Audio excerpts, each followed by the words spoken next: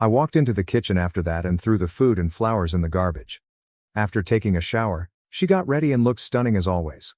"All right, let's eat," she said. "Never mind, go out with your friends," I urged her. She asked me if I was angry after giving me a weird look. "I'm sad that you never want to do anything with me," I said. She got upset and sarcastically remarked on my short fuse while telling me to stop acting like a kid. I muttered, "Foolish me," as I stood there allowing everything to settle in. For once, I felt we should spend the evening together.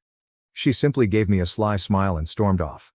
I pulled out my second phone and began following my work phone when she departed. About 20 minutes away, at the bar she often visits with her coworkers, I caught her stopping. I made the decision to go find her automobile. Indeed, it was in the parking lot of the bar. I waited to see if I could see her in my car across the street. I felt completely different, like a stalker, but I told myself that I had to calm my fear of her whereabouts. I observed her leaving the bar with a man about an hour after I got there. He had the appearance of an executive from her company. He took hold of her, drew her near, and planted a kiss on her lips. My body was totally numb, and my stomach started to clench up. They went to a different vehicle and climbed in together. When their automobile pulled out, I tried to keep up with them. You guessed it, they drove to a hotel 10 minutes away. As I stopped on the street beside the hotel, I saw them exit, holding hands, and enter. I'd seen enough. I felt foolish. I began pounding the steering wheel with my fist. That was it? Something went totally blank inside of me. I'm not sure if I had an out-of-body experience or blacked out, but as I got better, I felt like I wanted a drink. At this point, my life started on a path I never would have imagined. I simply began to drive out of town, replaying all that I had just seen. I was crying out of anger, as much as I hate to admit it. I located a pleasant little tavern on the outskirts of town, some 30 miles away, and stopped in. I ordered a drink while seated at the bar. The bartender, a lady, said that I looked like someone had taken the wind out of my sails, so I guess I looked like death warmed over. I answered, half smiling. "You could say that." A man sat down beside me and struck up a discussion. Even though I didn't feel like talking, there was something about this guy that put me at ease. We struck up a conversation, and eventually my wife's infidelity came up. I told her that all I wanted to do was get away from her and forget about her. "You're not alone, buddy," he replied, giving me a back pat after giving me a quick glance. I experienced that a few years ago. I think there's a reason why these things occur. Your life can now take a positive or negative turn, I assure you. At this point, everything is totally up to you. His remarks, for some reason, jolted me out of my gloom.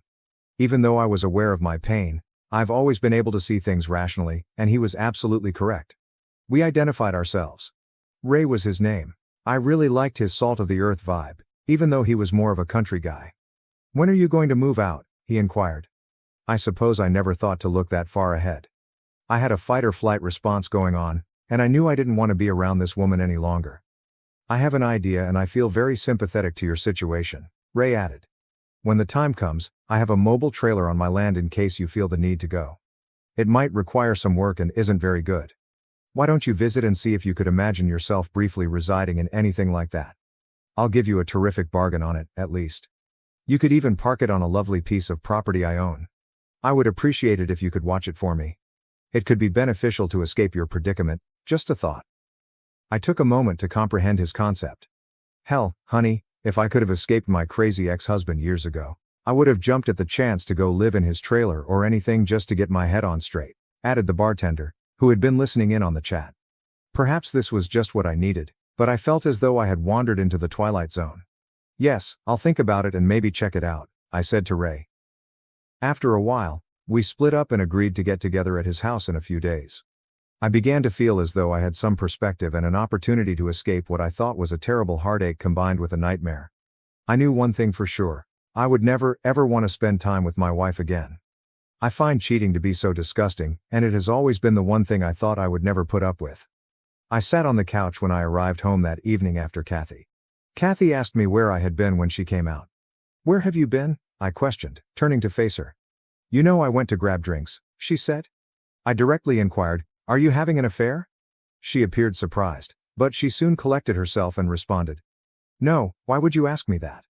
I informed her that I had heard she might be seeing someone at work. "Who told you that?" she said.